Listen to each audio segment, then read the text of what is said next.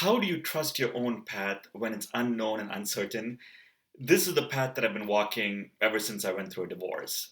The entire path after divorce has been unknown, filled with uncertainty, beating to my own drum, leading my own way. And it's very easy to get caught up and get lost in this situation because you're leading yourself, you're going against the crowd, and it just doesn't feel right. Nothing makes sense. It doesn't feel right. You feel like you're doing things wrong and you lose trust in yourself. So, how do you trust your own path? How do you believe in yourself, even when you're going against the crowd? I'm speaking to people that have gone through hardships. I'm speaking to people who are independent. I'm speaking to people who are creative. A lot of us are going against the grain, against the crowd. So, how do you trust yourself as you're going forward? How do you feel comfortable and believe in yourself as you're going forward? 8 tips here. First of all, as you know, you have to take the focus off other people. You can't be focusing on what the crowd is doing. They're all around you. It's very easy to do that. You just have to keep reminding yourself, that's their path, that's their lane, that's their life. I'm not going to focus on that. Two, you have to ask yourself, what are the roots of envious feelings that you may have towards the lives that other people are living? You don't want that life. But when people are telling you that they are getting better jobs and getting married and getting moving to nicer places and having all of these opportunities and all of these things that come into your life, which you don't even want, you're feeling envious about it. Get to the root, understand, like, okay, what are these feelings of envy come from? Get curious about the feelings that come up with you, within you, for things that you may not necessarily want. Number three, um, turn your envy into compassion. So when you're looking at other people and you see them doing certain things and you feel envious of them, we're not seeing the full picture. Everyone is having a hard life. They themselves may be doing things because they don't have a choice. They may themselves may be doing things because they're still unconscious.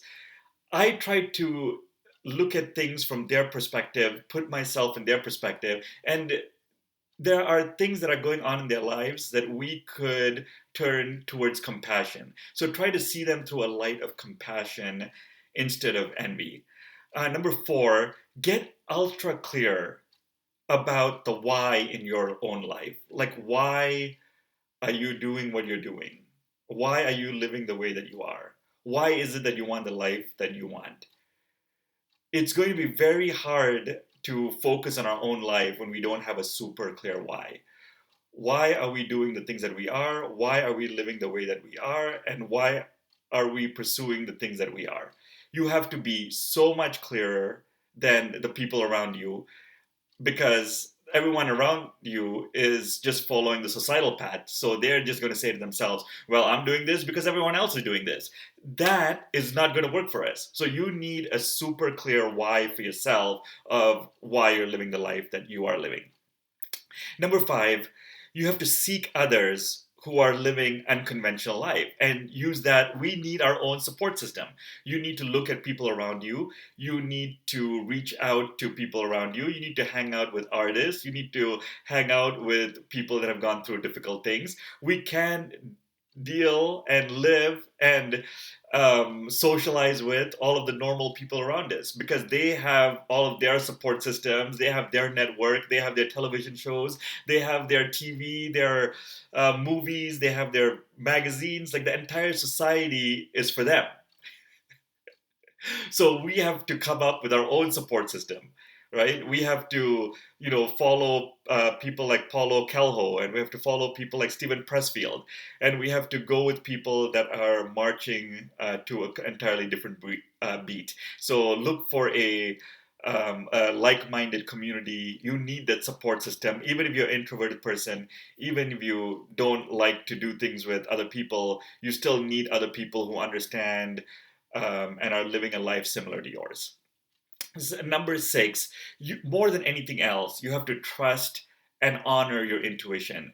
We sometimes think that our intuition and what we think and feel and believe in what our gut is telling us is wrong because it's so opposite of how society is living. I want you to honor that, and I want you to say that this is, I have an emperor or an empress in me. That's my intuition, and I am not going to, the things around me are not my emperor. The society around me and what everyone says is right and what everyone else is doing and the path that everyone else is following, that is not the right way. The right way is what my intuition is saying.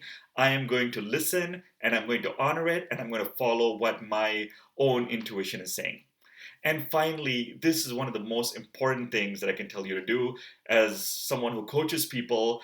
This is probably the strongest thing that I do with them, and the strongest thing that you need to live your own path, which is there are values that govern our life. Different people are living their life based on different values. The regular world, people are living their values based on achievement, on success, on fame, on um, moving up career wise, on a lot of external types of things.